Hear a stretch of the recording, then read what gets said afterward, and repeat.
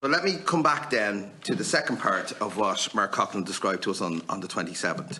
And he said, it seems surprising that RTE did a deal which saw its income from sponsorship reduced in exchange for guaranteeing Mr Tubridy's income. And he said that RTE agreed to give Renault a discount of €75,000. Renault agreed to pay €75,000 to Mr Tubridy, and through his agent, Mr Tubridy agreed to make certain events. In essence, and we're all familiar that people do arrangements outside of their employment or their contractual. We often use the phrase an ICSR. But in this situation, the ICSR was actually done at the initiation of RTE.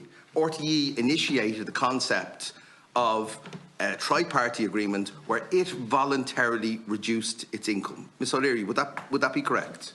When I had met the client and discussed it with him, and he was very clear, as I say, that it was constitutional, I communicated this to the Director General. I said to her that the only way that this could happen, and my priority as Commercial Director is client relationships, and that was my priority. I said the client is very clear that he will not add an additional 75 grand to his existing contract. So just to be clear, so the 75,000 would not be paid to RTE, and it would be paid to Mr Tubridy. But the clarification to the Director General was that it had to be cost neutral.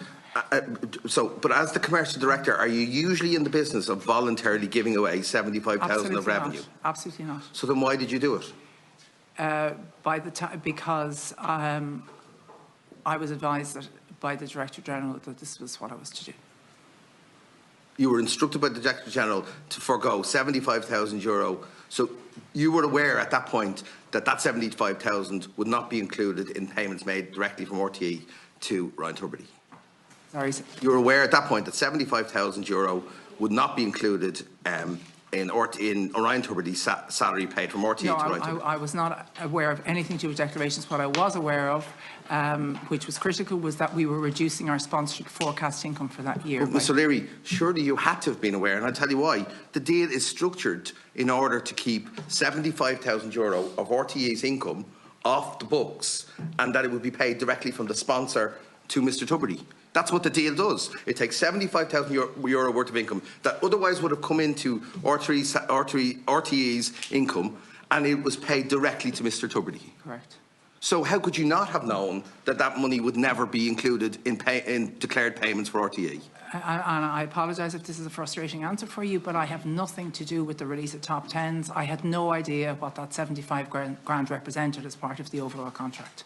So I didn't understand that if there was a motive, which there appears to have been, to conceal, that was not clear to me because I didn't have... Your answer just is incredible. It is like if you were working as advertising in a bus company and we said to the advertisers, don't pay the bus company directly, why don't you pay the bus driver? And then nobody in the garage will know that that bus driver is on more money than everybody else.